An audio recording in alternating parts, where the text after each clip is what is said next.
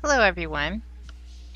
Wanted to start a series called Here Are a Few of My Favorite Things, and it's all about sci fi films, TV shows, books, whatever that have to do with the theories or possible theories of the Mandela Effect. And the first one I wanted to do, it's a little bit lesser known than others, is Fringe. And I love this TV show a lot. I mean, one of the people in it is almost worth watching the TV show just to see him perform again. Is Leonard Nimoy. Plays an important role. He's not in every episode, but he plays a very important role in it. So, anyway, it's a great show. It started in 2009, and I don't know why this isn't coming up. Okay, there we go. And created in part by J.J. Abrams. And you kind of have to wonder sometimes what information J.J. Abrams is privy to. I mean, not only has he done, the Star Trek movies, Fringe, Heroes, numerous other things. Well, he also did Alias. That was one of my favorite shows that where I first heard of J.J. Abrams with Jennifer Garner as Alias, and also Bradley Cooper was in that, and that's where I first started loving Bradley Cooper. I loved his character on that show. But anyway, back to the task at hand. I'm going to give you some spoilers here, so hope if you haven't seen it, it won't be too much, but basically, it involves parallel universes, and they're starting to merge. And so, where there's a weakness in between the two worlds, they use this amber-like substance to kind of plug the hole, as it were. And so, the neat thing about this show is that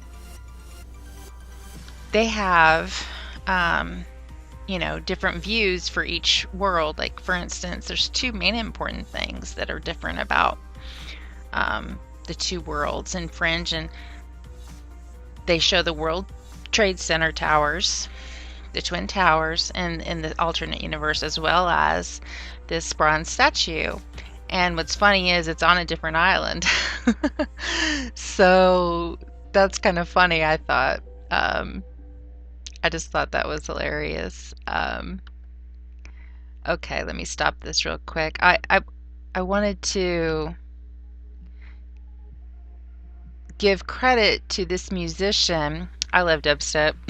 You wouldn't think a 50-year-old woman would love dubstep, but my 23-year-old got me into it about 3 years ago or so, and I like it if it's well done, things like this. But Cypherx 93, and it's a dubstep remix on the Fringe theme, and that's his information down here, and I'll link to it. But I love the music in this dubstep that he did, so I'm going to give credit to him on that. But anyway, back to the Statue of Liberty. I think it's funny because the Statue of Liberty being on a different island is not necessarily a Mandela effect for me, purely because I just don't remember. And so I'm not going to go there, but I don't disbelieve the people who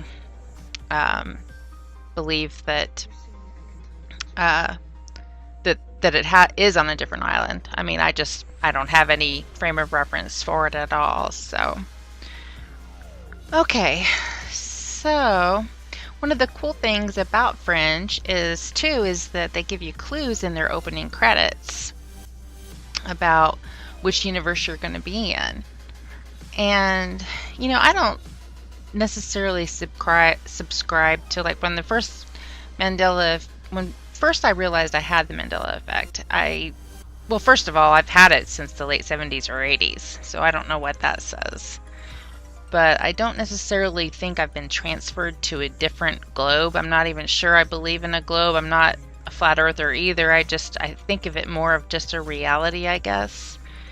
And so if anything, because of residue, I think we've merged realities somehow rather than being transferred somewhere else. At least that's my theory.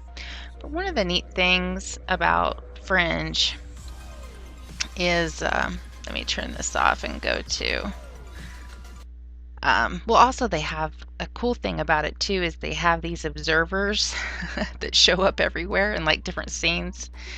And this is Mr. Huge Action Fringe Observer Supercut, and he points out all the scenes in Fringe where the observers are just, they're in the background, they're always there.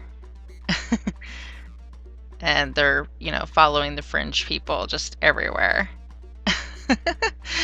And I don't know. I'd like to dress up as an observer some Halloween and see if people would actually know what it was. I just think it's funny. I mean, just in the weirdest places, they just show up. They're just always in the background. It's really cool. Really cool part of the TV series. And you kind of have to wonder, I mean, are there always people in the background for us as well? Maybe that's why we see repeats of people sometimes. Who knows? Okay, another thing cool about Fringe is that they have a different beginning to tell you which universe that they're in. And so this one is the main one. And this is the normal, the blue universe is the normal universe that we first start out with. Okay? And then they had this retro version, which was really cool. And you can guess that that's when they go back in time. So that was one of my favorites. I really liked the retro version opening. And this was put together by, let me give this guy credit too, Joaquin Cardozo. Okay. Now, so that was the retro one.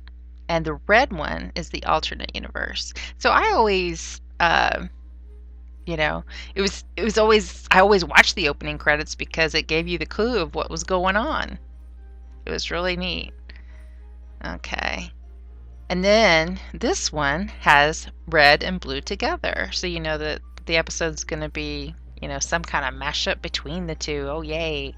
Okay, now this is a black one. So when that one came on, I'm like, black. Oh gosh, what's going to happen here? Ugh, scary. And then there was an amber one. So you know that it's going to have something to do with plugging up holes or something. Then the last one was the most different one, and it shows like these bars coming up. It's pretty, yeah.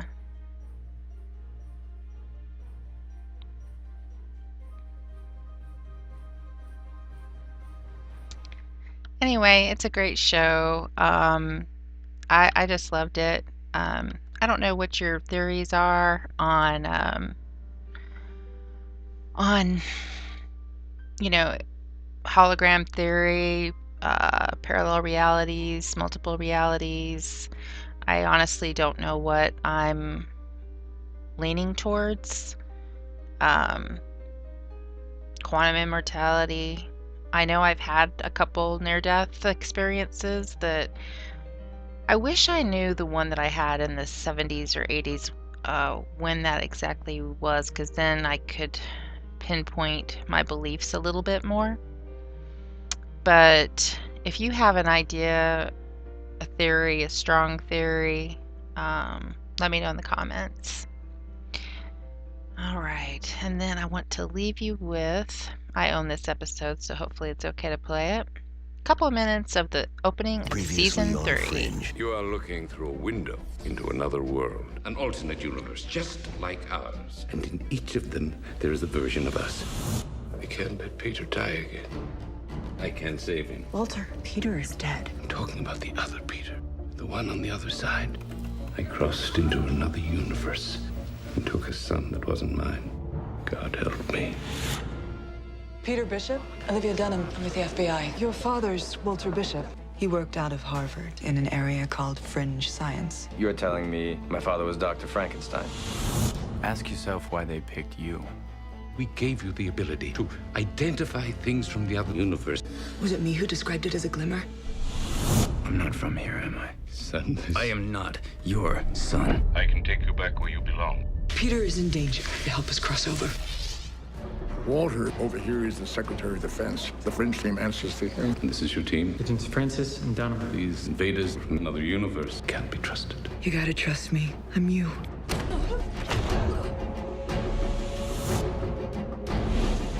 You have to come back because you belong with me.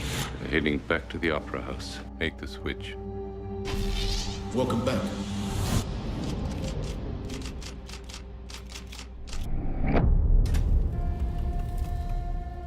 Please let me out of here. Please let me out of here.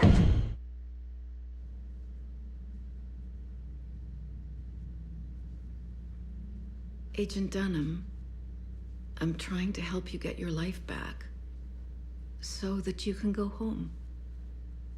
Back to your life, your job, your family. This is not my home. Because you come from another universe. Yes. Don't we feel like we came from another universe? I don't know if it's another universe, another reality, or whatever. I hope you enjoyed that. For fans of Fringe who aren't Mandela affected, maybe you'll research into it and see that we're really telling the truth. Our memories are not the same, and there's not just a few, there's thousands of us. So everyone have a great day, and I will talk to you soon. Bye-bye.